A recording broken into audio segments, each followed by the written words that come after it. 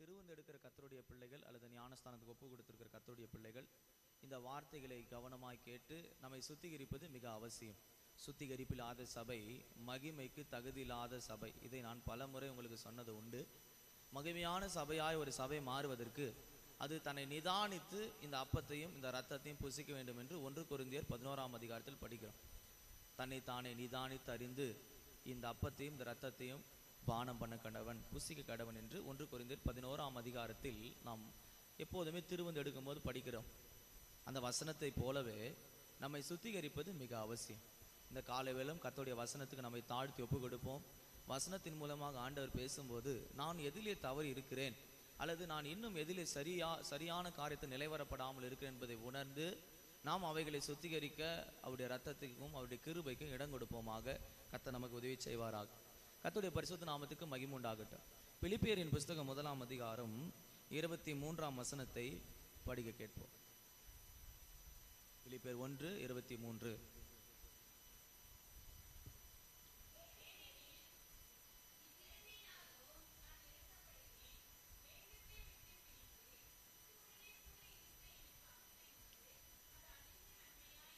கர்த்தருடைய பரிசுத்த நாமத்துக்கு மகிமை உண்டாவதாக.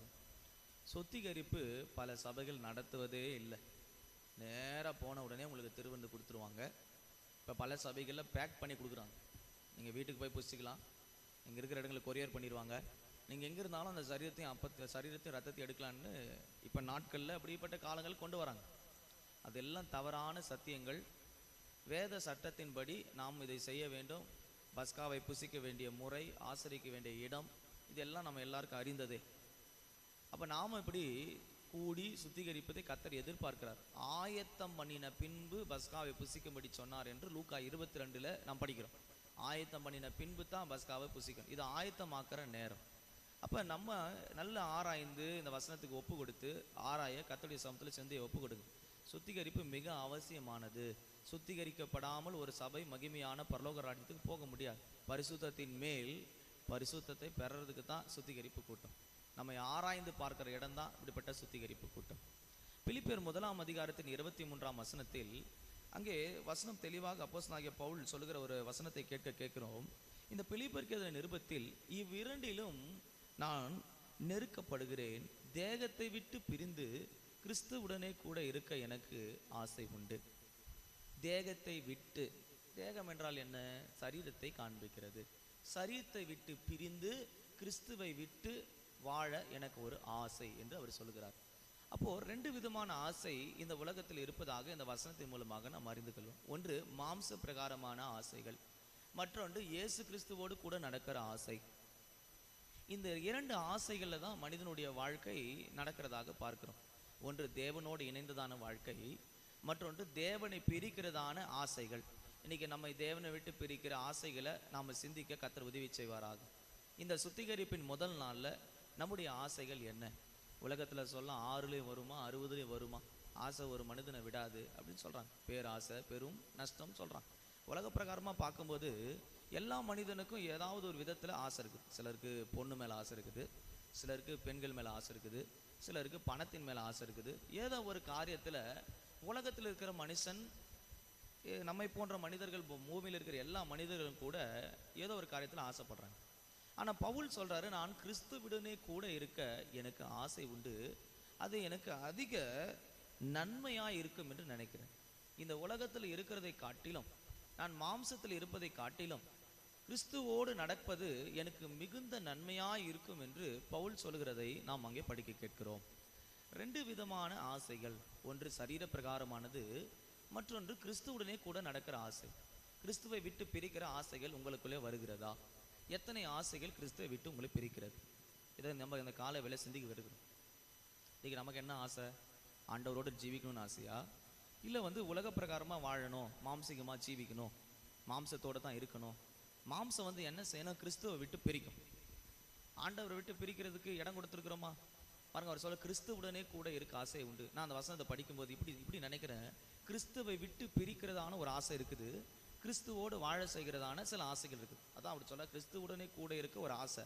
அப்போனா கிறிஸ்துவை விட்டு பிரிக்க சில ஆசைகள் இருக்கிறதுக்காகவும் படிக்கிறோம். அப்போ இந்த உலகத்தில் ரட்சிக்கப்பட்டு கர்த்தருக்குள்ளே வந்திருக்கிற கர்த்தருடைய பிள்ளைகளுக்கு தெரிய வேண்டிய விஷயம், ஒன்று கிறிஸ்துவோடு நடக்கிற ஒரு ஆசை ஒரு கூட்டம் இருக்கிறது, மற்றொன்று கிறிஸ்துவை விட்டு பிரிக்கிறதான ஒரு ஆசை. இந்த ரெண்டு நிலவரத்தில் நாம் சிந்திக்க போகிறோம். நாம் எந்த ஆசைக்குள்ளே இருக்கிறோம், அதிலிருந்து வெளியே வர கர்த்தர் நமக்கு உதவி செய்வாராக.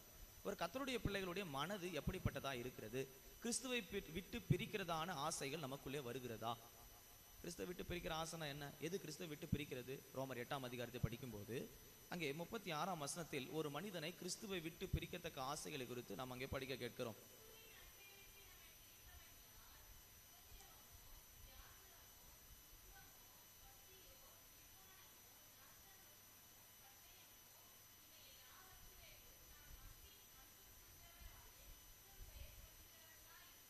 போதும். கர்த்தருடைய பரிசுத்த நாமத்துக்கு மகிமை உண்டாவதாக. கிறிஸ்துவுடனே கூட இருக்கிற ஆசை உள்ளவர்கள் இவைகள் எல்லாவற்றையும் தாண்டி போகிற அனுபவம் உள்ளவர்கள். ஆனால் உலக பிரகாரமாக அல்லது தேகத்துக்கு மாம்சத்துக்குரிய ஆசைக்குரியவர்கள் இதிலே நிற்க முடியாதபடி விழுந்து போகிறவர்கள். அப்போ நீங்கள் இதெல்லாம் எங்கே இருக்கிறீங்க? மாம்சிக ஆசை உள்ளவங்க ஒவ்வொருத்தரத்தில் நிற்க முடியாது. ஆண்டவர் பாடுகள் கொடுத்துட்டாரு, உபத்திரம் கொடுத்துட்டாரு, அதனால் நிற்க முடியாது. அவர்களுக்கு வியாகுலம் வந்தால் தாங்க மாட்டாங்க, துன்பம் வந்தால் தாங்க மாட்டாங்க, பசி வந்தால், நிர்வாணம் வந்தால், நாசமோச பட்டயம், இவைகள் எது வந்தாலும் அவர்களால் கிறிஸ்துவுடனே ஜீவிக்க முடியாது. அவைகள் அவருக்கு கர்த்தரை விட்டு பிரித்து கொண்டு போகிறதான காரியங்கள். இன்னைக்கு கர்த்தரை விட்டு பிரிக்கிறதுக்கு உங்களுக்குள்ள வந்த போராட்டங்களில் எத்தனை காரியங்கள் நீங்கள் விட்டு தூரம் போயிருக்கிறீங்க? கிறிஸ்துவுடனே கூட நிற்கிறதுக்கு உங்களுக்கு ஆசை இருக்குதா? அப்போ பாடுகளை நிந்தைகளை ஏற்கணும். எத்தனை காரியத்தில் அப்படி நம்ம உலகத்தின் மேலே ஆசைப்பட்டு உலகத்தின் ஜனத்தை போல இருந்து பாடுபட மாட்டேன், கர்த்தருக்காக நிற்க மாட்டேன், இப்படியெல்லாம் எத்தனை காரியத்தை நம்ம விழுந்திருக்கிறோம்? யோசிச்சு பாருங்கள். கிறிஸ்துவுடனே கூட இருக்க ஆசை இருக்கிறவங்களுக்கு பாடு பெருசாக தெரியாது, போராட்டம் பெருசாக தெரியாது, வியாகுலம் பெருசாக தெரியாது, துன்பம் பெருசாக தெரியாது. ஆனால் நாம் இதில் எத்தனை விசை ஆண்டோடைய சமூகத்தில் இருந்து கொண்டு கிறிஸ்துவுடனே கூட இருக்கிறேன், எனக்கு ஏன் இவ்வளோ பிரச்சனைகள் போராட்டம், அதனால நான் உலகத்தில் இருக்க தான் ஆசை, உலகத்துக்கே நான் போயிடுறேன், இப்படி சொன்ன காரியங்கள் எத்தனை இருக்கிறது? சிந்தித்து பாருங்கள். பாடுகள் வரும்போது நான் உலகத்துக்கே போயிடுறேன், அதுவே ரொம்ப அழகாக இருக்குது. இது ஒரு பாவம். ஆசையில் கர்த்தரை விட்டு தூரம் பிரிக்கிற பாவத்துக்கு நம்ம இடம் கொடுத்துடக்கூடாது. அதனால தான் பவுல் சொல்கிறாரு, கிறிஸ்து எனக்கு ஜீவன், சாவு எனக்கு ஆதாயம். ஒரு ஆசை நமக்கு இருக்கணும், கர்த்தரோடு நடக்கிற ஆசை. நீங்கள் கர்த்தரோடு நடக்க ஆசைப்பட்டீங்கன்னா இந்த உலகத்தின் பாடுகள் உபத்திரங்களை சகித்து ஆசையாக போவீங்க. இல்லைன்னா நாம் என்ன பண்ணுவோன்னா உலகத்தை ஒத்து போயிட்டு உலகத்தின் ஜனத்தை போலவே அவங்கள போல இருக்கலாம், ஏன்னா அவங்களாம் சந்தோஷமாக இருக்கிறாங்களே, அந்த ஆசை. உலகத்தின் ஆசை நமக்குள்ளே இருக்குதா, அல்லது கர்த்தர் மேல் கூட நடக்கிற ஆசை நமக்குள்ளே இருக்கிறதா? இதை தான் நம்ம சிந்திக்க போகிறோம். சில ஆசைகளை உங்களுக்கு முன்பாக கர்த்தருடைய வசனத்தின் மூலமாக சிந்திக்க கர்த்தர் நமக்கு உதவி செய்வாராக. எபிரேயரின் புஸ்தகம் 13ஆம் அதிகாரம் 5ஆம் வசனத்தை படிக்கும்போது, எபிரேயரின் புஸ்தகம் 13ஆம் அதிகாரம் 5ஆம் வசனத்தை படிக்கும்போது,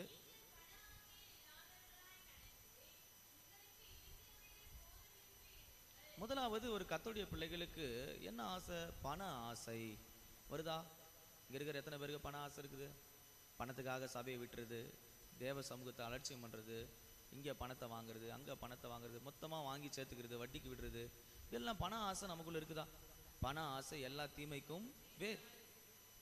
பணத்துக்காக எத்தனை பாவங்கள் நாம் செய்கிறோம். சில பேர் பணத்துக்காக காட்டி கொடுக்குறது, பாவத்தை செய்கிறது, கேவலமான காரியங்களை செய்வது, இதெல்லாம் உலகத்தில் நடக்குது. இன்றைக்கி பணத்துக்காக கொலை செய்கிறத பாருங்கள். சொத்துக்காக, பணத்துக்காக எதையோ ஒழுங்காக செஞ்சுட்டு இருக்குது. இன்றைக்கி நமக்குள்ள பண ஆசை இருக்குதா? கர்த்தர் கொடுத்ததில் போதுன்ற மனது இருக்குதா? கர்த்தர் இன்னைக்கு கொடுத்துருக்கிறாரு, இது போதும் அப்படின்ற மனது இருக்குதா? இன்னைக்கு உலகத்தில் ரட்சிக்கப்பட்டவங்க தாங்க அதிகமாக பணத்தின் மேலே ஆசை வச்சுருக்குறாங்க. ஞானஸ்தானம் எடுத்தவங்க, தெருவந்து எடுக்கணும்னு சொல்கிறவங்க, இந்த பூமி ஒரு கூடாரன்னு தெரிஞ்சிருந்து கூட அவங்க மனது எது மேல் இருக்குதுன்னா பணத்தின் மேல் இருக்குது.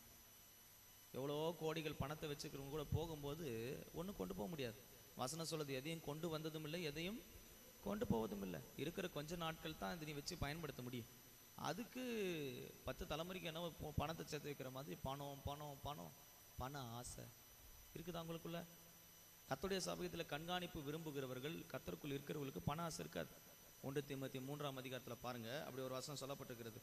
பண ஆசை உங்களுக்குள்ள வரக்கூடாது. 6ஆம் அதிகாரம் 10ஆம் வசனத்தில் படிக்கும்போது, 1 தீமோத்தேயு 6ஆம் அதிகாரம் 10ஆம் வசனம்,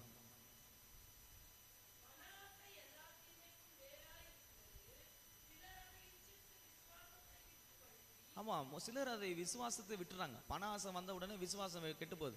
என்ன ஜெபம் பண்ணாலும் பணம் கிடைக்கல, பொருள் கிடைக்கல, உயர்த்தலை, வீடு கிடைக்கல, வாசல் கிடைக்கல, பணம் பணம் பணம்.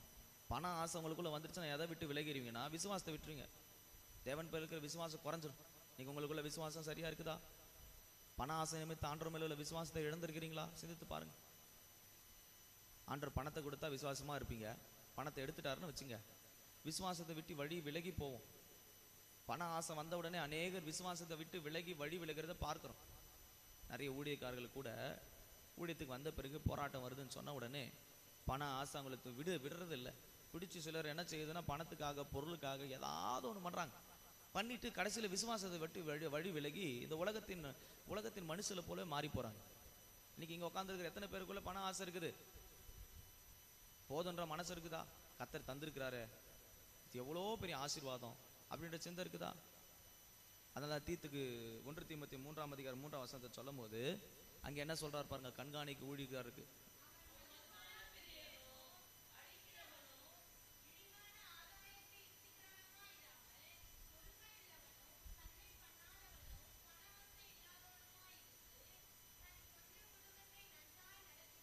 போதும் என்ன பண ஆசை இல்லாத ஒரு கண்காணிப்பு.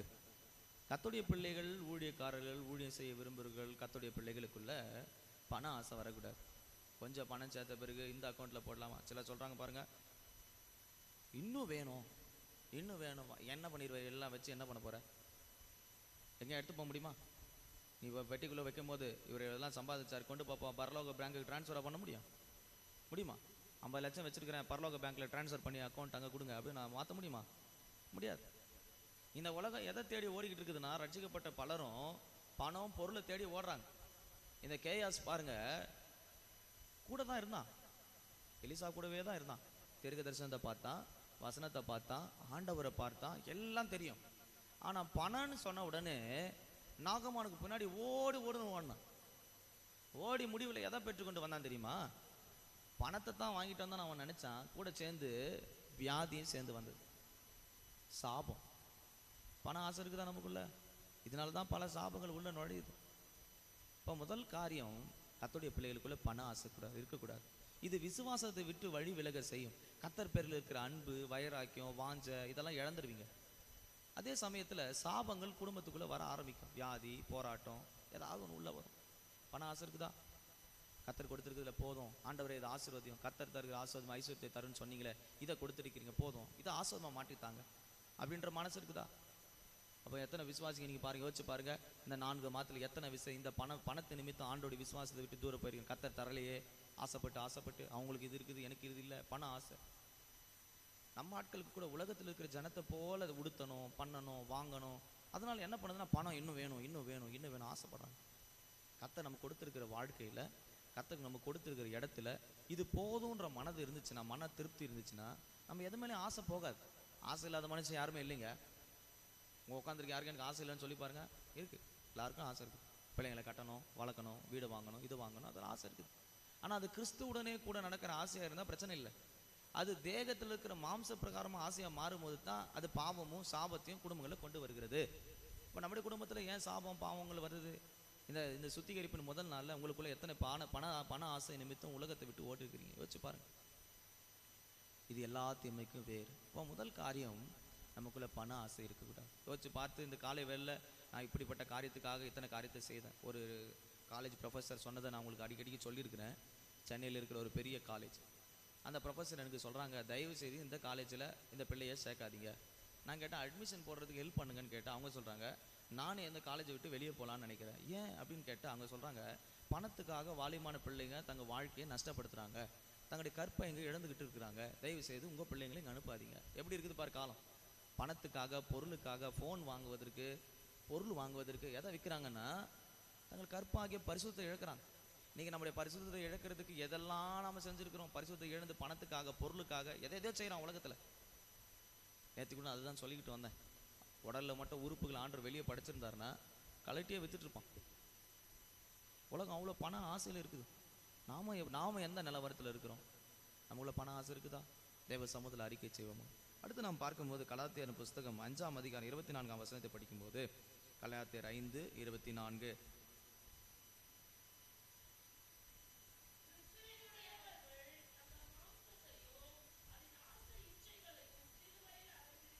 அடுத்து மாம்சத்தின் இச்சை என்றதான ஒரு ஆசை. மாம்சம் பொல்லாதது, அது பயங்கரமாக போராடும். அதை தான் பவுல் சொல்கிறாரு, இந்த தேகத்தை விட்டு, ஏன்னா அதில் மாம்சத்தில் இச்சை வாசமாக இருக்குது, அதை விட்டுட்டு நான் கிறிஸ்துவுடனே கூட இருக்கிற ஆசைக்குள்ளே வரணும்னு அவர் நினைக்கிறார்.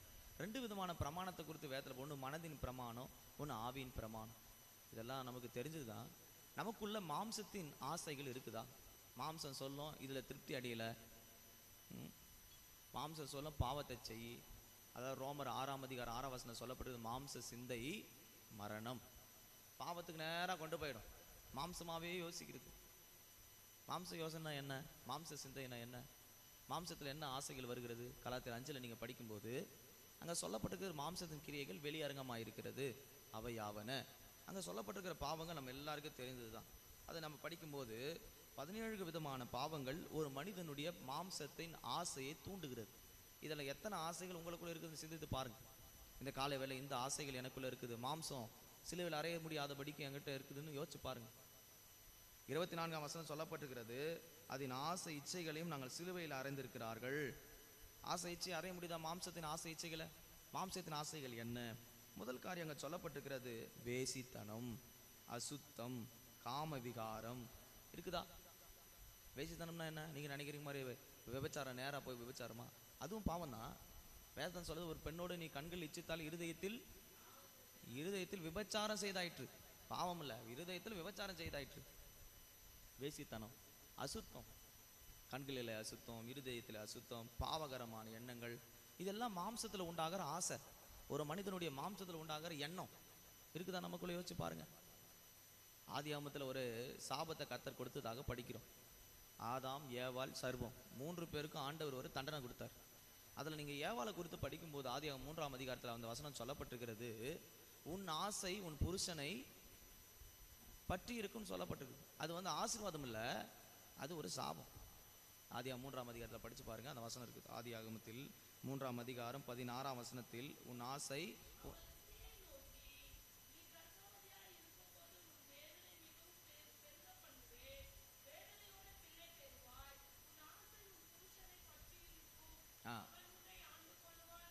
புருஷனை பற்றி இருக்குன்னு தான் ஆண்டவர் சொன்னார்.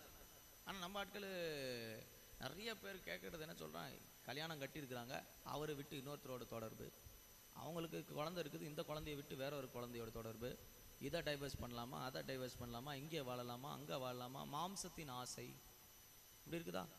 கொடுத்துருக்கிற கணவனோடு கொடுத்துருக்கிற பிள்ளைகளோடு வாழ்கிறதுக்கு மனசு இருக்குதா? கிறிஸ்துவனுடையவர்கள் தங்கள் ஆசை இச்சைகளை, மாம்சத்தின் ஆசை இச்சைகளை சிலுவையில் அறைந்திருக்கிறார்கள். வேசித்தனம், அசுத்தம், காம விகாரம் இருக்குதா? வாலிபான பிள்ளைங்களுக்குள்ள வருதா? அசுத்தமான எண்ணங்கள், தவறான கண் பார்வைகள், தவறான எண்ணத்தின் மனதில் சிந்தைகளில் கரைப்படுத்துகிறோமா? அடுத்து அங்கே சொல்லப்பட்டிருக்கிறது, விக்கிரக ஆராதனை, பில்லி சூனியம், பகைகள், விரோதங்கள், வைராக்கியங்கள், கோபங்கள், சண்டைகள், பிரிவினைகள், மார்க்கபேதங்கள், பொறாமைகள், கொலைகள், வெறிகள், களியாட்டுகள் முதலியவன்.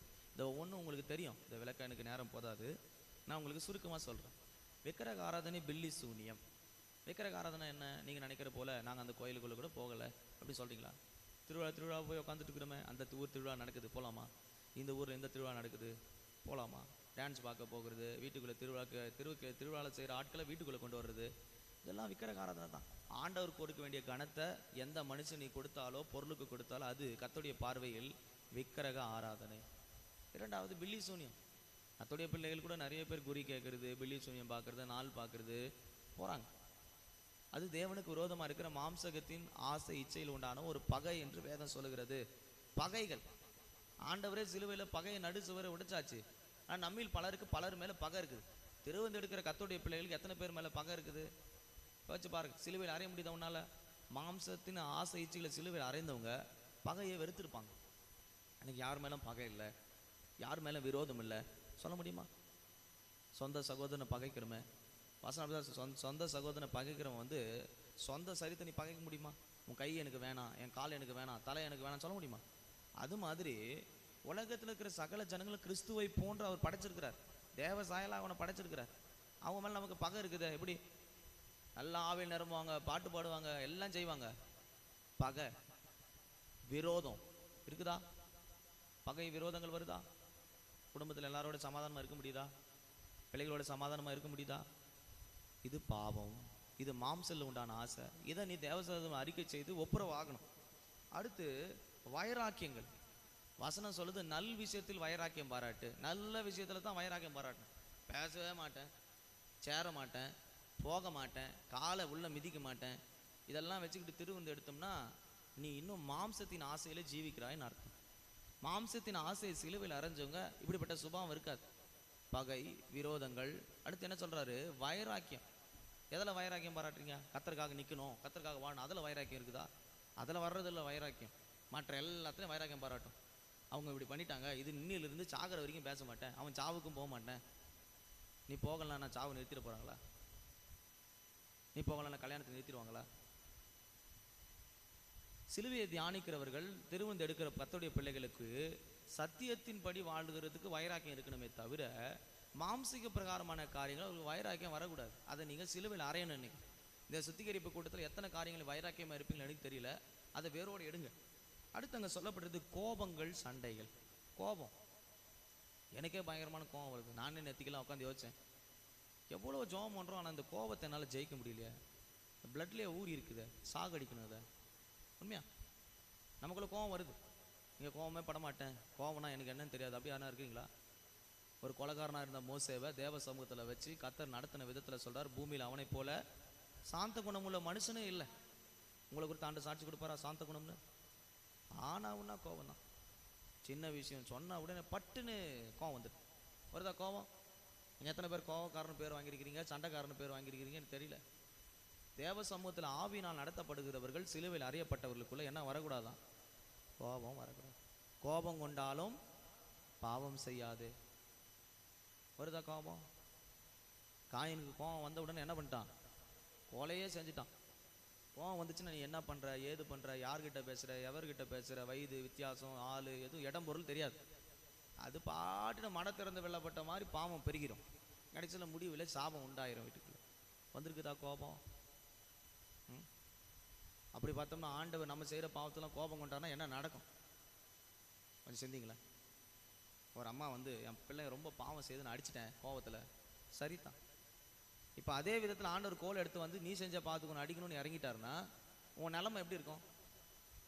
எத்தனை அடி வாங்கியிருப்போன்னு யோசிச்சு பாருங்க. இங்கே இருக்கிறவங்க எத்தனை பேர் அடி வாங்கியிருக்கணும், மிதி வாங்கியிருக்கணுமா இல்லையா? யோசிங்க. நம்மகிட்ட கோபம் இல்லையா? என்கிட்ட கோபம் இருக்குது. நான் பலிபடுத்தி நிற்கிறேன், நான் சொல்கிறேன் என்கிட்ட கோபம் இருக்குது. ஒத்துக்கொள்ளுங்க. ஆண்டோடைய சமூகத்தில் பாவின்னு ஒத்துக்கிட்டா தான் கர்த்தர் பரிசுத்தப்படுத்த முடியும். இப்போ ஒரு பெரிய நீதிமான் அப்படின்லாம் போய் பேசக்கூடாது ஆண்டர்கிட்ட. கோபம் எதையும் செய்யக்கூடியது. அதை கர்த்தருடைய சமூகத்தில் நாம் சிலுவையில் அறிய வேண்டும். சண்டைகள், பிரிவினைகள், மார்க்க பேதங்கள். குடும்பத்தில் பிரித்து விடுறது, ஒன்றா இருந்தால் பிடிக்காது. பிரிவினையின் ஆவி, மார்க்க பேதங்கள், தவறான காரியத்தை பற்றி பேசுறது, நல்ல வழிக்கு பதிலாக தவறான வழிகளை போதிக்கிறது. இந்த வழியில் போ, பணம் கிடைக்கும், இந்த வழியில் போ, வாழ்க்கை எப்படி ஆயிரும், அப்படி ஆயிரும். தவறான வழிகளை சொல்கிறது. ஜீவ வழி ஒன்று உண்டு, மரண வழி ஒன்று உண்டு. நீங்கள் எந்த பாதையை பிடிக்கிறீங்க? மார்க்க பேதங்கள், தவறான வழிகளை உங்களுக்கு போதிக்கிறாங்களா? நீங்கள் தவறான வழிகளை பிடிச்சிருக்கீங்களா? உங்கள் வழி எப்படி இருக்குது கர்த்தருடைய பார்வையில்? இன்றைக்கி ஆண்டவர் வருவாரே, ஆனால் உங்கள் வழி நல்லா இருக்குதுன்னு சொல்லுவாரா? என் பிள்ளைங்க நடக்கிற வழி நல்ல வழி. சுத்திகரிப்பில் இருக்கிற கர்த்தருடைய பிள்ளை சிந்திங்க. உங்கள் வழிகள், உங்கள் பாதைகள் எப்படி இருக்கிறது? உங்களுடைய வேதம் என் கால்களுக்கு தீபமும் என் பாதைக்கு அது, அப்படி உங்கள் பாதைகள் இருக்குதா? இல்லை உலகத்தின் வசனத்திற்கும் உலகத்தின் வார்த்தைகள் கீழ்ப்படிந்து நடக்கிறோமா? தேவ சமூகத்தில் நம்ம தாழ்த்தி, ஆண்டவரே நான் மார்க்கம் தப்பி அலைகிறேன், என் மாம்சத்துக்காக நான் அப்படி இருக்கிறேன், தேவ சமூகத்தில் சொல்லுவோம். பொறாமைகள், கொலைகள். பொறாமை இருக்குதா? பொறாமை இருந்துச்சுன்னா எலும்பை உரிக்கணும்.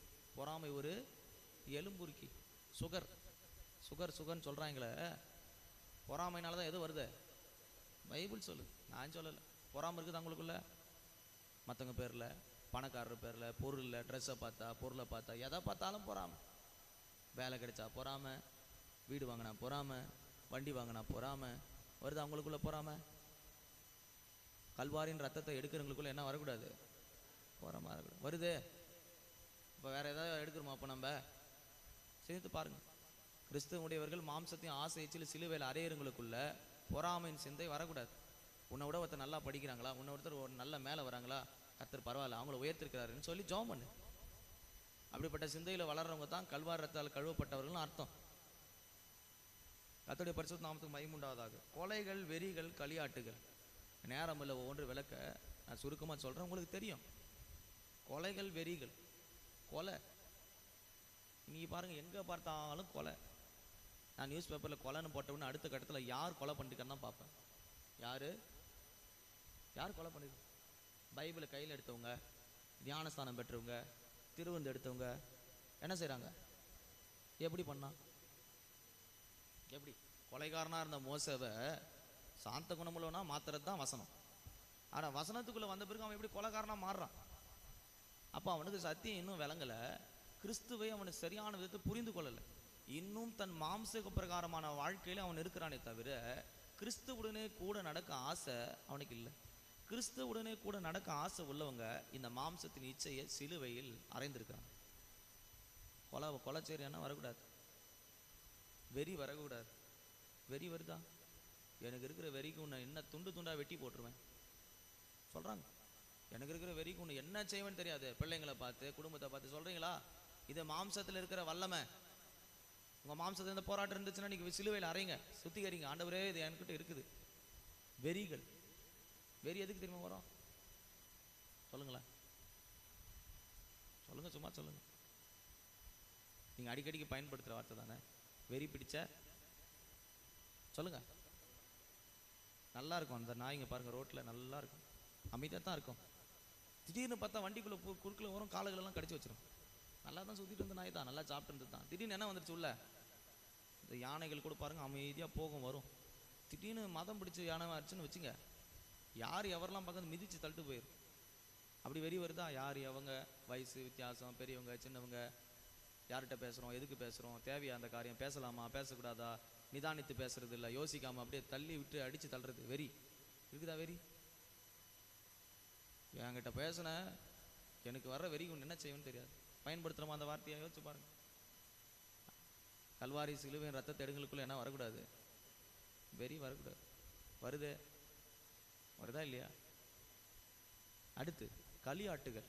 களியாட்டுனா என்ன? Cellphone, TV, entertainments. எத்தனை என்டர்டெயின்மெண்ட்டுக்கு இடம் கொடுத்துருக்குறோம் மாம்சத்துக்கு? 24 மணி நேரம் செல்ஃபோனை பார்க்குறோம். இந்த வேதத்தை திறந்து பார்த்துருக்கிறியா? நான் நினைக்கிறேன் 24 மணி நேரத்தில் 1 மணி நேரம் நான் கத்திரிக்காய் கொடுக்குறவங்க கையை உயர்த்துங்க அப்படின்னு நான் சொன்னேன்னா பாதி பேர் கை தூக்க மாட்டேங்க. நல்லா தெரியும். ஏன் நான் அப்படி சொல்கிறேன்னா, 24 மணி நேரத்துக்கும் நம்ம எதோடு இருக்கிறோம்னா களியாட்டுகளோடு தான் இருக்கிறோம். டிவி, செல்ஃபோனு, உலக நண்பர்கள், உலக காரியம், இது எல்லாம் களியாட்டுனா என்ன அர்த்தம்? நம்மை சந்தோஷப்படுத்துகிற இடம், பொழுதுபோக்குற இடம். தேவ சமூகத்தில் உட்காந்துக்கிட்டு கூட ஆசையாக இருந்து ஆண்டவரே உடைய வசனத்தின்படி நடக்க எனக்கு கிருபை தாரும், வேத வசனங்களை சொல்லித்தாங்க, துதிக்கிறேன், ஆராதிக்கிறேன் அப்படி சொல்கிறது எப்படி இருக்குது? களியாட்டுகள் பின்பாக போவது எப்படி இருக்குது? நல்ல படம் போட்டிருக்கிறாங்களாம், போகலாமா? என்ன ஆசை? என்ன ஆசை? நேற்று ஒருத்தன் சொல்கிறான், இந்த தேதியில் ஒரு படம் போடுறான், அந்த படம் பார்த்துட்டு நாளைக்கு நான் குட் ஃப்ரைடே சர்வீஸ் போகிறேன். நீ குட் ஃப்ரைடே சர்வீஸுக்கு போயே பிரயோஜனம் இல்லை. எதை பார்த்துட்டு வர போகிறாரா? சொல்லுங்களேன். ஏன்னா அவன் இன்னும் எதை சிலுவையில் அறையல? மாம்சத்தின் ஆசை இச்சைகளை சிலுவையில் அறையல. அந்த தேட்டரில் படம் நல்லா இருக்குது, இதில் ஏசி நல்லா போட்டிருக்கிறான், அவன் சொல்லிக்கிட்டு இருக்கிறான். அதில் என்ன ஏதோ ஒன்று சொன்னான், அது 4K 3D அப்படி நேர்லேயே பார்த்த மாதிரி இருக்கணும், அதெல்லாம் வந்து காட்டுவாங்க. உலகம் எங்கே போகுது பாருங்க. களியாட்டுகள் பின்பாகவும் பொழுதுபோக்கு பின்பாகவும் போயிட்டு நீ திருவந்து எடுக்க முடியுமா? திருவந்து எடுக்கிற கர்த்தருடைய பிள்ளைகளே, ஒரு பக்கம் நீ சினிமா வச்சுக்கிட்டு ஒரு பக்கம் ஆண்டர் வைக்கணும்னு நினைக்காத. மாம்சத்தின் ஆசை இச்சை நீ சிலுவையில் அறியாமல் திருவந்துக்குள்ளே வந்தன்னா அது ஆசீர்வாதமாக இருக்காது. இன்னைக்கு நம்முடைய வாழ்க்கையில் மாம்சத்தின் ஆசை இச்சைகளை சிலுவையில் அறியும்படி கர்த்தர் விரும்புகிறார். பவுல் அதான் சொல்கிறார், மாம்சத்தையும் ஆசை இச்சைகளையும் சிலுவையில் அறிந்திருக்கிறார். இன்னைக்கு நீங்கள் சுத்திகரிக்கும் போது ஆண்டவரே என் மாம்சத்தில் இந்த 17 காரியம் சொல்லியிருக்குது, மாம்சம் சிந்தை, இதெல்லாம் நான் சிலுவையில் அறிகிறேன். இனி நான் இப்படிப்பட்ட காரியங்களை போகாதபடி எனக்கு கிருபை தாரேன், ஒரு இரக்கம் பாராட்டும். அதுதான் ஒரு பரிசுத்தமான ஜீவியத்துக்கு அடையாளமே. இன்னைக்கு நம்முடைய வாழ்க்கையில் அந்த பாவ சரீரத்தை சிலுவையில் அறையணும். அடுத்து நாம் படிக்கும்போது 2 தீமோத்தேயின் புஸ்தகம் 4ஆம் அதிகாரம் 10ஆம் வசனத்தை படிக்கும்போது தேமா என்ற ஒரு மனிதனை குறித்து நாம் அங்கே படிக்க கேட்கிறோம். தேமா என்ற ஒரு மனிதன் இருந்தான், அவன் இப்பிரபஞ்சத்தின் மேல் ஆசை வைத்து பவுலை விட்டு போனதாக படிக்கிறோம். படிங்க 2 தீமோத்தேயு 4:10.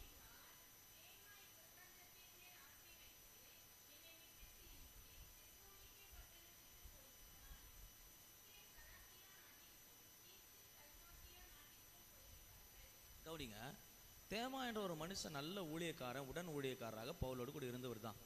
ஆனா இப்பிரபஞ்சத்தின் மேல் ஆசை வந்த உடனே அவரை விட்டு போய்விட்டார்.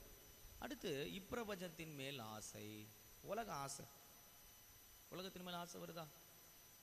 இந்த உலகத்தில் எப்படி எல்லாம் ஜீவிக்கிறாங்களே, நம்ம ரட்சிக்கப்பட்டதுனால இதெல்லாம் செய்ய முடியல அப்படின்னு என்னைக்கா சிந்திக்கிறீங்களா? பைபிள் எடுத்ததுனால, ஞானஸ்தானம் பெற்றதுனால அவங்கள போல நம்மளால பாவம் செய்ய முடியல, உலகத்தில் எவ்வளோ ஜாலியாக வாழ்றாங்க சொல்றீங்களா? சிந்திக்கிறீங்களா? அது எவ்வளோ பெரிய பாவம் தெரியுமா? உலக ஜனத்தெல்லாம் இவ்வளோ நல்லா ஜாலியாக இருக்கும்போது நான் மட்டும் பாவம் செய்யாமல் உட்காந்துக்கிட்டு என்ன வாழ்ந்துட்டு போகிறேன், கொஞ்ச காலம் தானே, அப்படிலாம் சிந்திக்கிறோமா? அது தேவ சமூகத்தில் பாவமாக இருக்கிறது. அதான் சொல்கிற தேமா இப்பிரபஞ்சத்தின் ஆசை வந்த உடனே தேவனை விட்டே போயிட்டான். நம்ம எத்தனை உலக ஆசையில் கத்தரை விட்டு தூரம் போயிருக்கிறோம். உலக ஆசைன்றது எல்லாமே வரும்.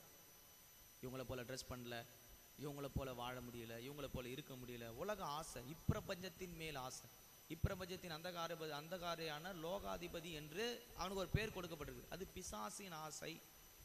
பிசாசு கொடுக்குற ஆசை எப்படி இருக்கும்? தவறுகளை செய்யறது போது தாராளமாக செய்யின்னு சொல்லுவான். விபச்சாரம் செய், வேச்சித்தனம் செய், இப்போ படிச்சிங்களே எல்லா ஆசையும் சொல்லுவான். ஏன்னா உலகம் அவங்க கரத்தில் இருக்கிறதுனால உலகத்தில் இருக்கிற எல்லா ஆசைகளும் கொடுப்பான். செய் செய் செய், தாராளமாக போய் பண்ணு. அப்படி உலக ஆசைக்கு நம்ம இடம் கொடுத்துருக்குறோமா? லோத்தின் மனைவி பாருங்க, ஆண்டவர் சொல்றாரு, லோத்தின் மனைவிக்கு சொல்றாரு, நீங்க லோத்தே நீ போய் உன் குடும்பத்தாரோடு சேர்ந்து எங்க போயிரு, தப்பிச்சிரு, நான் சோதம் குமாராவை எரிய வைக்க போறேன், பற்றி எரிய போகிறதுன்னு சொல்றாரு, நியாயம் தீர்க்க போறேன். லோத்தின் மனைவிக்கு எல்லாம் விட முடியலன்னா உலகத்தை விட முடியல. திரும்ப திரும்ப திரும்ப உலகத்தை பார்த்துக்கிட்டே நின்னா கடைசியில் உப்பு தூணா மாறி போனான். ஆனால் லோத்து அதுலேருந்து தப்பி வெளியே வந்தான். உலகத்தை உற்று நோக்கிட்டே இருக்கிறோம்னா, உலகத்தை விட முடியலன்னா நாம் இன்னும் உலக ஆசையில் பின்பற்றிருக்கிறவங்களாக இருக்கிறோன்னு அர்த்தம். உலக மாதிரி ட்ரெஸ் பண்ணுறது, உலக மாதிரி பேச விரும்புறது, உலக மாதிரி சுத்த விரும்புறது, இதை வச்சுக்கிட்டு தேவ சமூகத்தில் இருக்கலாம்னு நினைக்காதீங்க. தேமா இவ்வுலகத்தின் மேல் ஆசைப்பட்டு தேவனை விட்டு பிரிந்து போயிட்டான். ஏன் நம்மளால தேவனோட உறவில் இருந்தோமே இப்போ உறவில் வர முடியல, நல்லா ஜபிச்சிங்களே ஜபிக்க முடியல, இதுக்கெல்லாம் காரணம் என்ன தெரியுமா? உலக ஆசை உங்களையும் மீறி உங்களுக்குள்ளே வருது. உலக ஆசை வருதா? உலக கவலை நமக்குள்ளே வந்துருச்சுன்னு வைங்க, அதுக்கப்புறம் ஆவிக்குரிய வாழ்க்கையில் முன்னேற முடியாது. உலகத்தை பற்றி தான் சிந்திப்போம், உலகத்தை பற்றியத்தான எண்ணம் தான் உள்ளே வரும். இந்த உலகத்தில் இவ்வளோ படர்ந்த உலகத்தில் இவ்வளோ பேர் வாழும்போது நான் மட்டும் இப்படிப்பட்ட தனிப்பட்ட விதத்தில் இப்படி தான் வாழணும்னு யார் சொன்னா? அப்படிலாம் எண்ணத்தை உள்ள பிசாசு புகுத்துவான். அப்படிப்பட்டதான வல்லமைகள் உங்கள் மனதுகள் இருக்குதா? அது பாவம். இப்போ நம்ம பிள்ளைங்களுக்கு வாலிபர்களுக்கு சொல்கிறோம், தம்பி இப்படி இருக்காதீங்க, சகோதரர் இப்படி இருக்காதீங்க, வசனம் இப்படி சொல்லுது. அவனை சொல்கிறான், என் ஃப்ரெண்ட்ஸ் எல்லாம் அப்படி தான் இருக்கிறாங்க, அவங்களாம் இப்படி தான் ட்ரெஸ் பண்ணுறாங்க. அவனுக்கு ரோல் மாடல் யாரா மாறுறான்னா இந்த உலகம் தான், இப்பிரபஞ்சத்தின் வல்லமைகள் தான். ஒரு கர்த்தருடைய பிள்ளைகள் ரட்சிக்கப்பட்ட பிறகு அவர் ஆசை எப்படி இருக்குன்னா, நான் கிறிஸ்துவுடனே கூட அவரை போல நடக்க ஆசை. இப்பிரபஞ்சத்தின் மேல் ஆசை வைத்தா தேவனை விட்டு பிரிந்து ஓட வேண்டி இருக்கும். இப்பிரபஞ்சத்தின் மேல் ஆசை வருதா? உலகத்தின் மேல் ஆசை வருதா? உலகத்தையும் அந்த ஆசை இச்சைகளையும் நீங்க சிலுவையில அறையணும். உலகத்தானுக்கும் நமக்கும் ஒத்த வேஷம் தரிக்கக்கூடாது. உலகத்துக்கு ஒத்த வேஷம் தெரியாதிருங்கள்னு வசனம் சொல்லுது. உலகத்துக்கு ஒத்த வேஷம்னா என்ன? அவங்க ட்ரெஸ் பண்ண மாதிரி கிழிஞ்சு போடுறது, அரைகுறையாக போடுறது. நான் எங்கள் ஆஃபீஸில் ஒரு கிறிஸ்டியன் லேடி இருப்பாங்க, அவங்க வந்து ஆங்கிலிக்கன். அவங்க ட்ரெஸ்ஸை பார்த்தீங்கன்னா ட்ரெஸ்ஸு போடாமலே வரலாம், அதுதான் ட்ரெஸ்ஸு. இவங்களோட சேர்ந்தவங்களும் அதே ட்ரெஸ் தான். நான் சொன்னால் உங்களுக்கு விளங்கும்னு நினைக்கிறேன். சினிமாக்காரங்களாம் நீங்கள் வந்து டிவியில் தான் பார்ப்பீங்க, என் ஆஃபீஸ் நான் நேர்லேயே பார்ப்பேன்.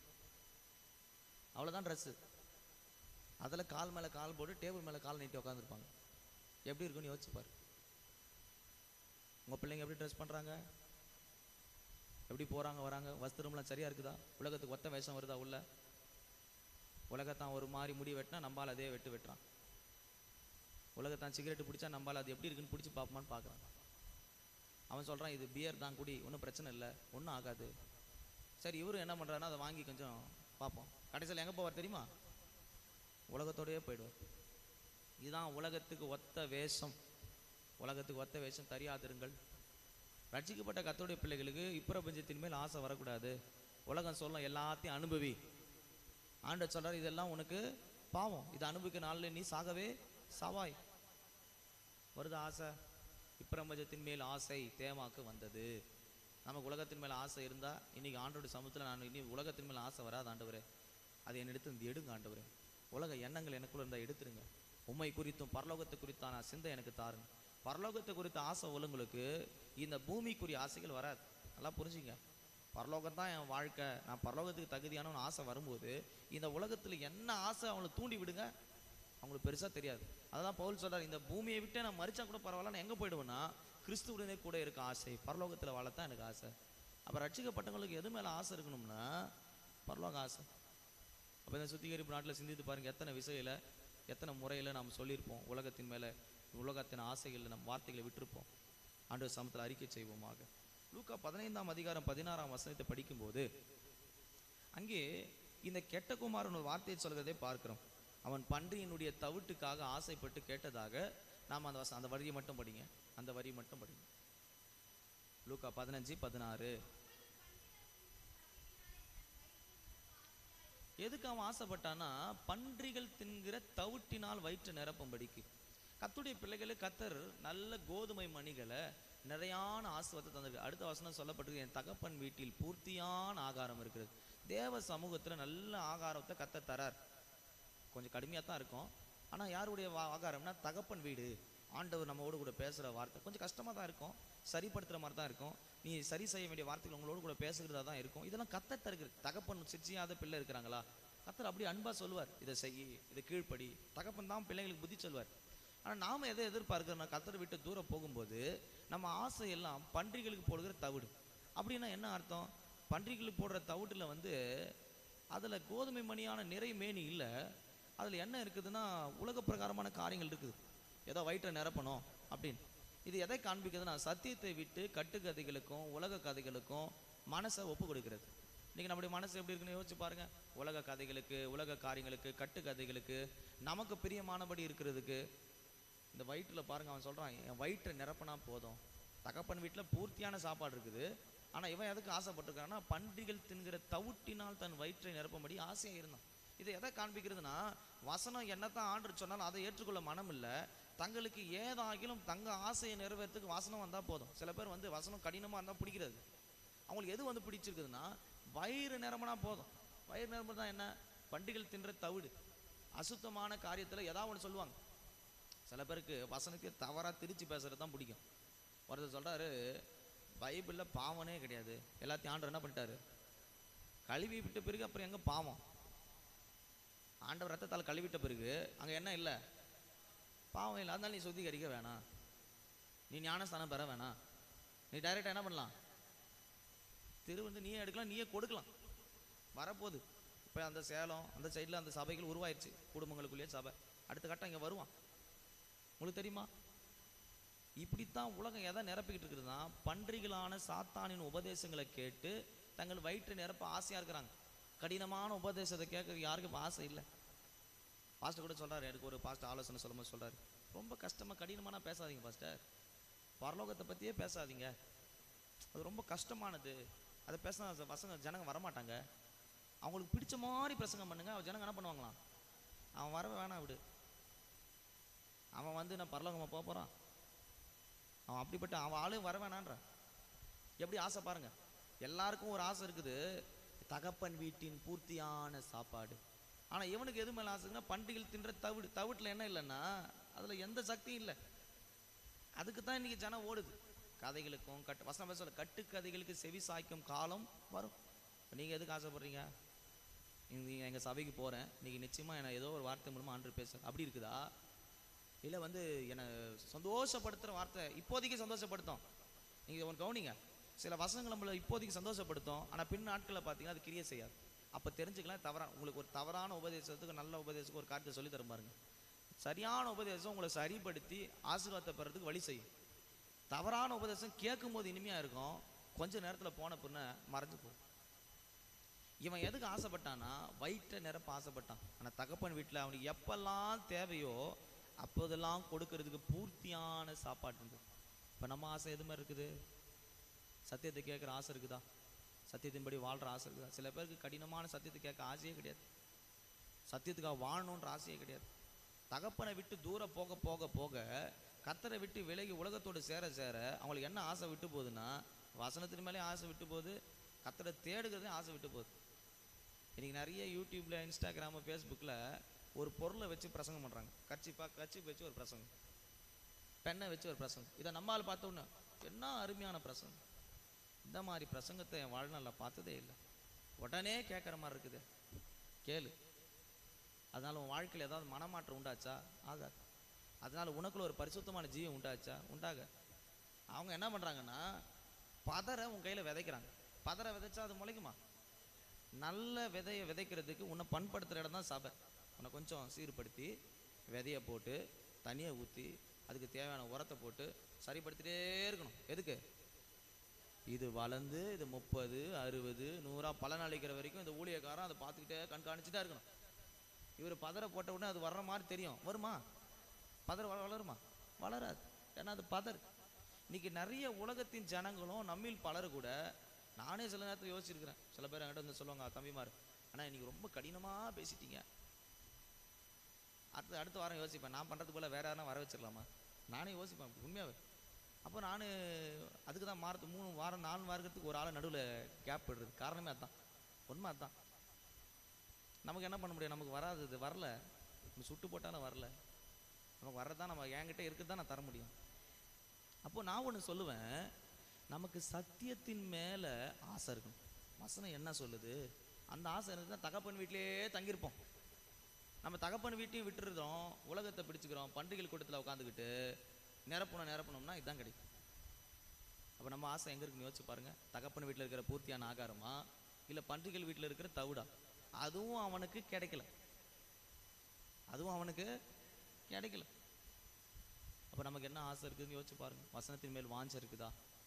கர்த்தருடைய வார்த்தையில் இப்படியெல்லாம் இருக்குது, சொல்லப்பட்டிருக்கிறது, இதன்படி நான் ஜீவிக்கின்ற வாசை நமக்குள்ளே இருக்குதா? அது நமக்குள்ள உருவாக்க கர்த்தர் உதவி செய்வாராக. பிரசங்கி 6ஆம் அதிகாரம் 9ஆம் வசனத்தை படிக்கும்போது, ஆசையானது அலைந்து தேடுகிறதை பார்க்கிலும் கண் கண்டதே நலம் என்று சொல்லப்படுது. ஆசை ஒரு மனுஷனை திருப்திப்படுத்தாது.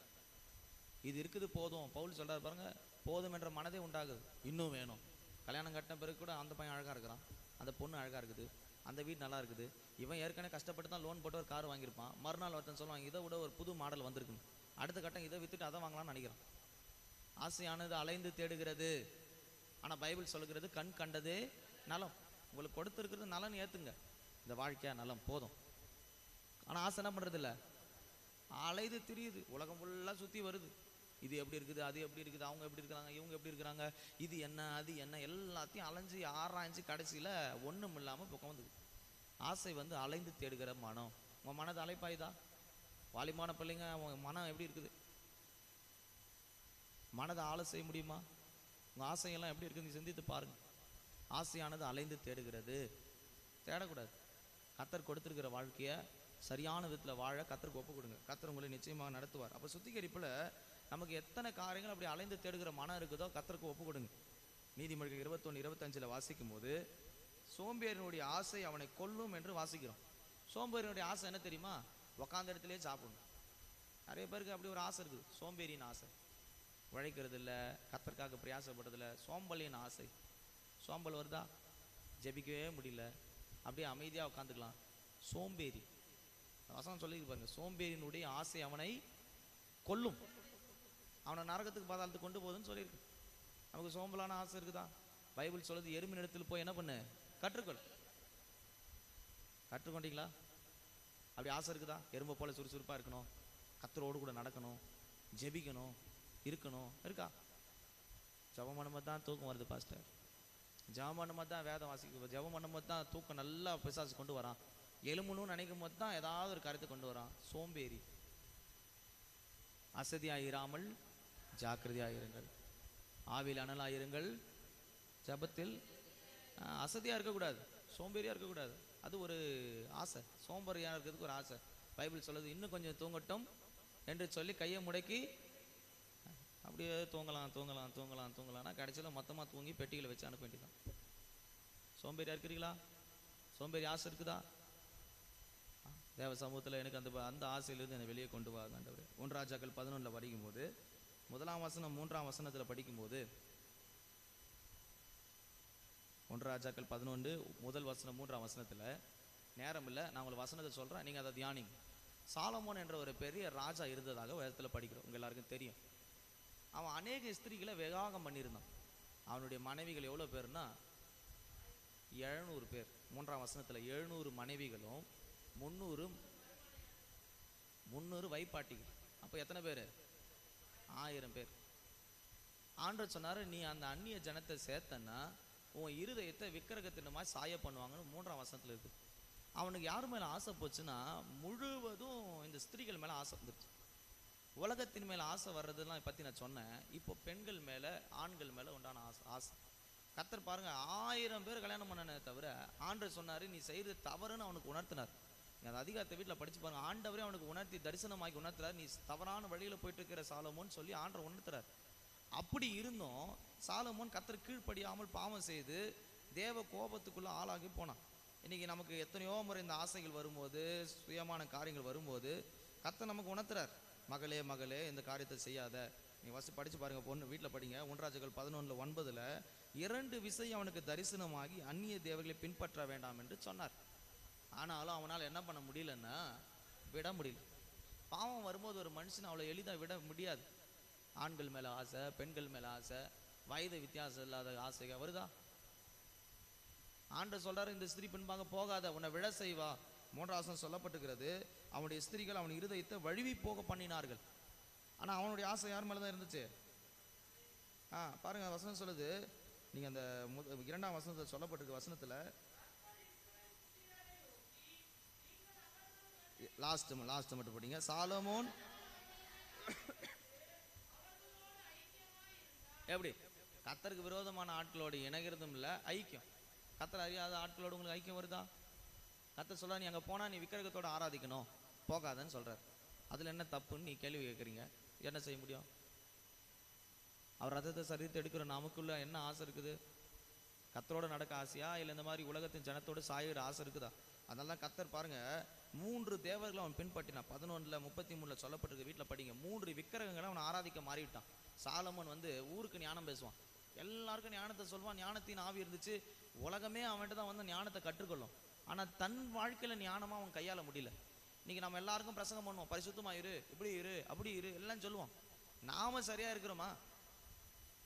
ஆண்டவர் சொல்ற அந்த ஸ்திரீகள் பின்பாக போனால் உன்னை வழி விலக பண்ணுவாங்க.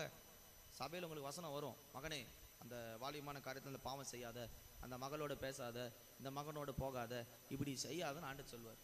நீ என்ன சொல்லுவ? நீங்கள் என்ன சொல்லுவீங்க? அது எப்படி இந்த வயசில் இப்படி தானே இருக்க முடியும், அப்படி தானே இருக்க முடியும்னு சொல்லுவீங்க. முடிவில் எங்கே போவோம் தெரியுமா? விக்கிரக ஆராதனைக்கு கொண்டு போய் நிறுத்திடுவான். சாபத்தின் வல்லமைகளுக்குள்ளே வரும். நீங்கள் அநேகருடைய ஆசைகள் தான் வாழ்க்கையில் விழுகை காரணமாக இருக்குது. 1000 மனைவிகள் மறுமனையாட்டிகள் இருந்தும் இவன் ஆசை விடவே இல்லை. நீங்கள் இருக்குதான் கொடுத்துருக்கிற கணவன், கொடுத்துருக்கிற மனைவி, கொடுத்துருக்கிற வாழ்க்கையை விட்டுட்டு நீ அலைஞ்சிக்கிட்டே இருந்தனா முடிவில் சாபம் தான் உள்ளே வரும். நீங்கள் தேவ சமூகத்தில் நம்ம தேவனுடைய ரத்தத்தை, கல்வார் ரத்தத்தை எடுக்கிறவங்களுக்குள்ள இப்படிப்பட்ட ஆசை இருந்த வேரோடு பிடுங்க. கர்த்தர் உதவி செய்யட்டும். 700 மனைவி 300 மறுமனையாட்டி இருந்து கூட அவன் மனது இன்னும் தேவனை பற்றுகிற மனது இல்லை. ஆனால் தாவீதுடைய இருதயத்தை கொஞ்சம் படித்து பாருங்க. தாவீதின் இருதயத்துக்கு ஏற்றவன். நீங்கள் எப்படி இருக்கிறீங்க? கர்த்தர் சொல்கிறத வேணான்னு சொல்கிறத உங்களால் விட முடியுதா? ஆண்டவர் எது வேணான்னு சொல்கிறாரோ அது உங்களால் விட முடியுதா? அதுதான் கிறிஸ்துவுடைய நடக்கிற ஆசை. வேணாம் அப்படின்னு கர்த்தர் சொல்கிறாரு, ஊழியக்காரர் சொல்கிறான்னா விட்டுறணும். அதான் வேணும்னு நீ அடம் பிடிச்சனா முடிவில் எங்கே போய் நிற்கும் தெரியுமா? எங்கே நிற்கும்? கர்த்தரை விட்டும், நன்மையை விட்டும், ஆசை விட்டும் இழந்துட்டான். இன்றைக்கி எத்தனை காரியத்தில் நம்ம அப்படி இழந்திருக்குன்னு யோசிச்சு சிந்தித்து பாருங்க. கர்த்தருடைய வசனத்துக்கு விரோதமாக இவங்க தான் வேணும், அவங்க தான் வேணும், இதுதான் வேணும், அதான் வேணும் நின்றோம்னா முடிவு மோசமாக இருக்கும். 1 சாமுவேல் அப்படி தான் படிக்கிறோம். வேதத்தில் படிச்சு பாரு. 2 சாமுவேல் 13:4 படிக்கும்போது அம்னோன் நின்றுச்சு.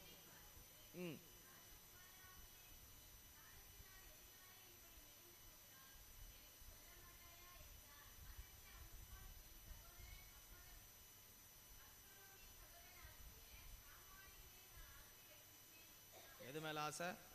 சகோதரி மேலே. உறவு முறை இல்லாமல் கல்யாணம் கட்டுறது, உறவு முறை இல்லாமல் ஆசைப்படுறது, யார் எவருன்னு தெரியாமல், வயது வித்தியாசம் இல்லாமல் ஏதாவது ஒன்று பண்ணிக்கிட்டு போய் சிக்கிட்டு ஆண்டவர்கிட்ட நீ இப்போ புலம்பக்கூடாது. கர்த்தருடைய சமூகத்தில் திருவந்திருக்கிற கர்த்தருடைய பிள்ளைகள் கவனமாக கேட்டு ஆண்டவருடைய சமூகத்தில், ஆண்டவரே இப்படிப்பட்ட காரியங்கள் நான் செய்யக்கூடாது. ஒரு விசுவாசம் உள்ள ஒரு வாழ்க்கை வாழும்போது ஒரே கணவனுடைய புருஷன், ஒரே கணவனுடைய மனைவியும், ஒரே புருஷனுடைய மனைவியுமா ஜீவிக்கணும். அப்படி இருக்க முடியுதா? ஊழியக்காரருடைய சாட்சி கெட்டு போகுது, விசுவாசியுடைய சாட்சி கெட்டு போகுது. இது காரணம் எங்கே தெரியுமா? இதில் தான், பெண்களில் தான், ஆண்களில் தான். வாழ்க்கையை ஆசை, அந்த ஆசை வந்துருச்சுன்னா உனக்கு பரிசுத்தம் கெட்டு போயிடும். திருவந்து எடுக்கிற கர்த்தருடைய பிள்ளைகள் நீங்கள் பாருங்கள், அப்படி சொல்ல முடியுமா? ஒரே கணவனுடைய மனைவி நான், ஒரே மனைவியுடைய புருஷன் நான், அப்படி சாட்சி கொடுக்க முடியுமா? தீத்து 1 அதிகாரம் 6 வசனத்தில் என்ன சொல்லப்பட்டிருக்கிறது? வீட்டில் படித்து பாருங்கள். ஒரே புருஷனுடைய மனைவியாயும் ஒருத்தனுக்கு ஒரு மனைவி ஒரு புருஷன் தான் பைபிள் சொல்லுது. அதே மாதிரி தீத்துல படிக்கும்போது வசனம் சொல்லப்பட்டிருக்கு, 1 தீமோத்தேயு 3ஆம் அதிகாரம் 2ஆம் வசனத்துல ஒரே மனைவியுடைய புருஷனா இரு. இருக்குதா? ஒரே மனைவியுடைய புருஷனா இருக்க முடியுதா? இங்க ஒண்ணு அங்க ஒண்ணு, இப்படி ஒண்ணு அப்படி ஒண்ணு, இதெல்லாம் ஆசை வச்சுக்கிட்டு நீ திருவந்து எடுத்து பிரயோஜனம் இல்லை. பரிசுத்தம் இல்லாம நீ திருவந்தில கையை வச்சு பிரயோஜனம் இல்லை, திருவந்து கொடுத்தும் பிரயோஜனம் இல்லை. பைபிள் சொல்லுகிற கட்டளை என்ன? உலகத்தை சொல்றான், ஒருத்தனுக்கு இன்னைக்கு நியூஸ் பேப்பர்ல பாருங்க, அப்படியா போட்டிருக்குது. கொஞ்சம் டிவியை பாருங்க, அப்படியா போட்டிருக்குது. இன்னைக்கு இங்கே கட்டுறான், அங்கே டைவர்ஸ் பண்ணுறான், நாளைக்கு அங்கே ஒன்று பண்ணிக்கிட்டு இருக்கிறான். ஆசை இருக்குதா? இன்னைக்கு கத்த சொல்றா, திருவந்து எடுக்கிற கத்தோடைய பிள்ளை இன்னையோட விடு, உன் பரிசுத்தத்தை காத்துக்கொள்ளு. பைபிள் சொல்லுது, நான் சொல்ல. படிச்சு பாருங்க, தீத்து 1ஆம் அதிகாரம் 6ஆம் வசனம் படிங்க வேகமா.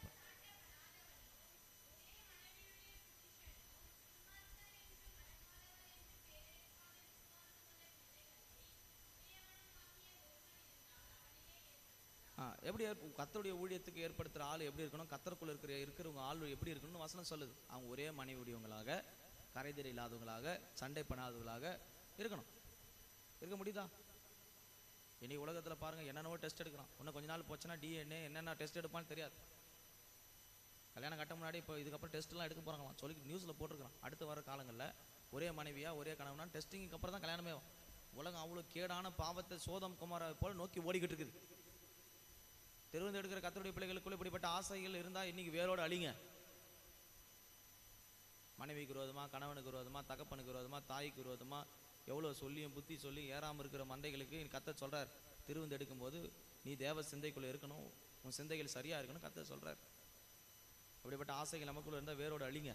அது உன்னை விக்கிரகத்துக்கும் உலகத்துக்கும் கொண்டு போய் சேர்த்துடும். கத்தருக்குள்ளே தான் இருப்ப, இந்த பாவம் வரும்போது உன்னை எங்கே கொண்டு வந்தோன்னா விக்கிரகங்களும் உலகத்தும் மாம்சத்துக்கு கொண்டு போய் சேர்த்து விட்டுரும். ஆகவே இந்த ஆசையை கத்தர் உங்களுக்கு எடுக்கும்படியாக சுத்திகரிக்கிற நாட்களில் ஒப்பு கொடுங்க. ரட்சிக்கப்படாதவங்களோட, கத்தரை தெரியாதவங்களோட ஐக்கியம் வேண்டாம். உன்னை கொண்டு போய் விக்கிரகத்தோடு சேர்த்து விட்டுருவான். அடுத்து 2 சாமுவேல் 20ஆம் அதிகாரம் 20ஆம் வசனத்தை படிக்கும்போது, 2 வசனம் முடிக்க போகிறேன். 2 சாமுவேல் 20ஆம் அதிகாரம் 20ஆம் வசனத்தை படிக்கும்போது அங்கே ஒரு மனிதனை குறித்து நாம் படிக்க இருக்கிறோம். நீங்கள் வீட்டில் படிங்க, நான் உங்களுக்கு விளக்குறேன். 2 சாமுவேல் 20:20 படிக்கும்போது அங்கே ஒரு சம்பவத்தை குறித்து நாம் அங்கே படிக்க கேட்கிறோம். அங்கே யோவாப் என்ற மனிதன், சேபா என்ற மனிதனை குறித்து அங்கே படிக்க கேட்கிறோம். இந்த சேபா என்ற மனிதன் இஸ்ரவேல் ஜனத்துக்கு விரோதமாக, தாவீதுக்கு விரோதமாக அவன் எழும்பி பேசினதை குறித்து முதல் 2 வசனத்தில் படிக்கிறோம். அப்படி இருக்கிற ஒரு சூழ்நிலையில் யோவாப் சொல்கிறான், யோவா கிட்ட ஒரு பெண் வந்து சொல்கிறா, யோவா பிரதித்திரமாக, விழுங்க வேண்டாம் அழிக்க வேண்டாம் என்ற ஆசை எனக்கு வெகு தூரமாய் இருப்பதாக. அடுத்த ஆசை விழுங்கிறது அழிக்கிறதான ஆசை. அது என்ன விழுங்கிறது அழிக்கிறதுனா என்ன? ஒருத்தனை கெட்டு போகணும், அவங்க வளரக்கூடாது, இருக்கக்கூடாது. இது யாருடைய ஆசை தெரியுமா? யாருடைய ஆசை? யோவாபுக்குள்ளே வருகிற ஆசை. யோவாபு இறங்கினானா கொலை தான். தாவீதினுடைய யுத்த வீரர்களில் முதன்மையான யுத்த வீரன் யோவாப். விழுங்க முடியுதா, அழிக்க முடியுதா? ரட்சிக்கப்பட்டவங்க தான், எல்லாம் தெரிஞ்சவங்க தான். ஆனால் மற்றவங்களை கொல்லணும், அழிக்கணும்னு நினைக்கிறீங்களா? அந்த ஆசை இருந்தால் கத்தோலிக்க சமூகத்தில் இப்போவே விட்டுருங்க. இவங்க அழியணும், அவங்க அழியணும், இங்கே கெட்டு போகணும், உயிரோடு விழுங்கணும். சங்கீதக்காரன் தான் சொல்கிறான், என்னை உயிரோடு விழுங்க பார்த்தார்கள், இல்லை உயிரோட விழுங்க பார்த்தார். சத்துரு மாதிரி நம்ம மாறிடக்கூடாது. மற்றவங்களை அழிக்கிறதுக்கு நாம் காரணமாக இருந்து அவங்கள எப்படியாவது ஒழிக்கணும், இருக்காமல் பண்ணிடணும், தூக்கிடணும், இதை பண்ணிடணும், அதை பண்ணிடணும். கத்தர் கடைசியில் யாரை தூக்குவார் தெரியுமா? காரணமே இல்லாமல் எனக்கு சத்துருவானவர்கள் என் தலைமயிரிலும் அதிகமான பேர். காரணமே இல்லை, எந்த பிரச்சனையும் இல்லை. அப்படி இருக்குது அவங்களுக்கு பிரச்சனை. யாராவது பண்ணுறீங்களா? விழுங்குறீங்களா? மற்றவங்களை விழுங்குறீங்களா? பகைக்கிறீங்களா? தேவ சமூகத்தில் அது ஒரு ஆசை. தேவ சமூகத்தில் அதை எடுத்து போடுங்க. யோவாப் சொல்கிறான், இல்லை நான் இல்லை அப்படி பண்ண மாட்டேன், நீங்கள் சேபாவை மட்டும் அனுப்பி விட்டுரு. சொன்ன போது அவனுக்கு உணர்வு அடைஞ்சான். இன்றைக்கி நீங்கள் உணர்வு அடையணும். அழிக்கவோ விழுங்கவோ எண்ணம் உண்டாகக்கூடாது.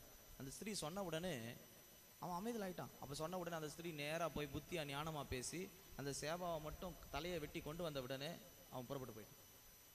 இன்றைக்கி சத்தியத்தை கேட்கும் போதே இந்த சுத்திகரிப்பில் நீ விட்டுறணும். இனி அவங்கள கொல்லுவேன், இவங்களை அழிப்பேன், வைராக்கியம் பாராட்டுறது, இப்படி பண்ணிடுவேன், அப்படி பண்ணிடுவேன், உயிரோடு விழுங்கணும், இதெல்லாம் செஞ்சுக்கிட்டு சுத்திகரிப்பு இல்லாமல் நீங்கள் கல்வாரி ரத்தத்தை எடுப்பேன், சரீரத்தை எடுப்பேன்னு சொன்னால் அது அதை விட பாவம் வேறு எதுவும் இல்லை. அதனால் திருவந்து எடுக்கிற கர்த்தருடைய பிள்ளைகள், யாருடைய அழிவுக்கு நீ காரணமாயிடக்கூடாது, யாருடைய விழுகைக்கு நீங்கள் காரணமாயிடக்கூடாது.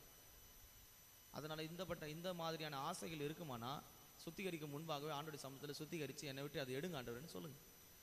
அடுத்து நாம் படிக்கும்போது கடைசியாக யாத்ராமத்தின் புஸ்தகம் 15ஆம் அதிகாரம் 9ஆம் வசனத்தை படிக்கும்போது, யாத்ரா 15:9 படிங்க.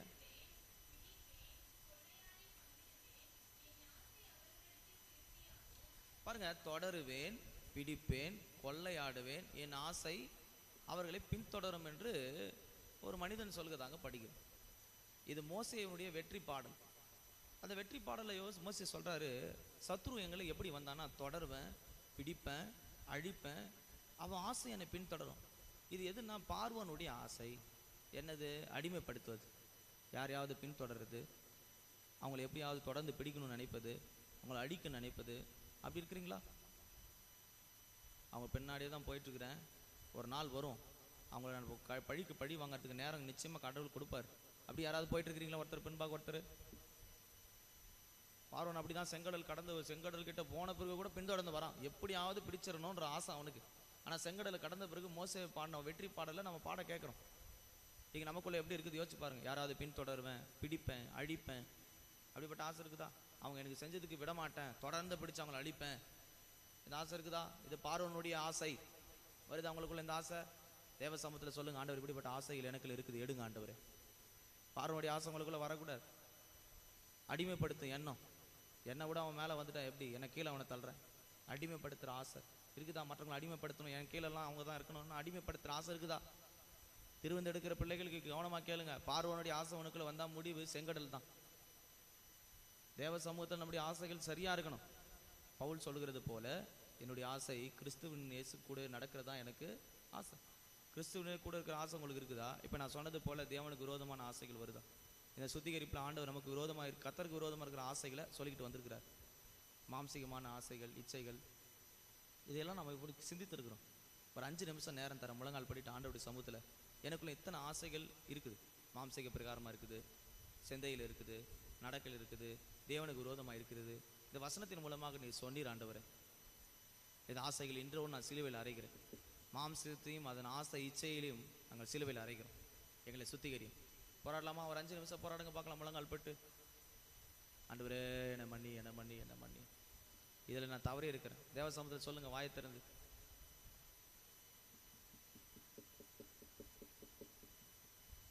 ஆசையானது அலந்தி தேடுவதை பார்க்கலாம், கண் கண்டதே நலம்.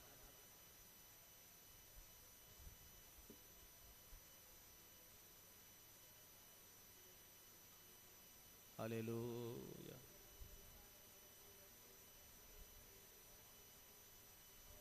சோம்பேறியனுடைய ஆசை அவனை கொல்லும். பண ஆசை எல்லா தீமைக்கும் வேர். இருக்கா பண ஆசை, பொருள் ஆசை? பிறருடைய பொருள் மேலும் பணத்தின் மேலும் ஆசை இருந்தால் தேவ சமூகத்தில் சொல்லுங்க, என்னை மன்னியும், இனி அப்படின்னப்பட்ட காரியத்தை நான் செய்ய மாட்டேன். மாம்ச இச்சைகள், பாவ சரீர பிரகாரமான யோசனைகள், ஆசைகள் இருந்தால் தேவ சமூகத்தில் அறிக்கிட்டு விட்டு விடுங்க. வாலிபர்களே, ஆபாசமான காரியங்களை, துணிகரமான காரியத்தை வெளியே விட்டுருங்க. ஆண்டோடைய சமூகத்தில், ஆண்டோரை என்னை மன்னித்து அதை நான் விடுகிறேன். இப்பிரபஞ்சமான உலகத்தின் மேல ஆசை, தேமாவை போல உண்மை விட்டு பிரிக்கிற உலக ஆசைகள் எனக்கு வருகிறது ஆண்டவரே. பன்றியின் தவிட்டின் மேல கெட்ட குமாரனுக்கு ஒரு ஆசை உண்டானது. சத்தியத்தை விட்டு உலக கட்டுக்கதைகளுக்கு, மாம்சிக பிரகாரமான ஆசீர்வாதங்களுக்கு ஓடுகிற ஆசையை விட்டுவிட உதவி செய்யும்.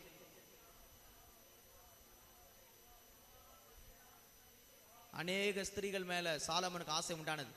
கொடுத்திருக்கிற கணவனோடு, கொடுத்திருக்கிற மனைவியோடு, பிள்ளைகளோடு வாழக்கூடாமல் உலகத்தின் மேலும் உலகத்தில் இருக்கிற காரியங்கள் மேல ஆசை உண்டாகிற எண்ணங்களை சிலுவையில் கீழ்படுத்துங்க. ஒரே கணவனுடைய புருஷனும், ஒரே கணவனுடைய மனைவியும், ஒரே மனைவியுடைய கணவனுமா என வாழ உதவி செய்யும்.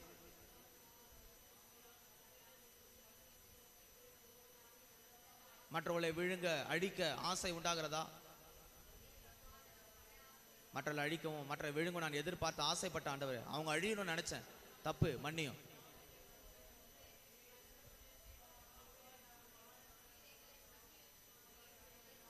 மற்றவர்களை அடிமைப்படுத்துகிற ஆசை, இவங்க எல்லாம் என் கீழே இருக்கணும், நான் மேலே இருக்கணும்னு நினைச்சேன், அது என் தவறான ஆசை, என்னை மன்னிங்கப்பா.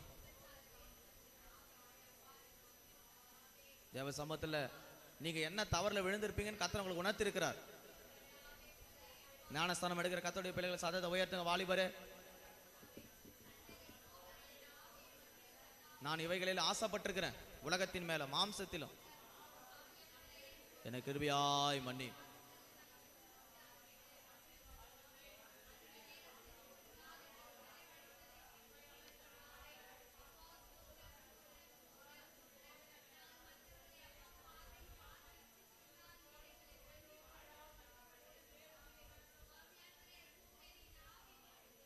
Praise the Lord.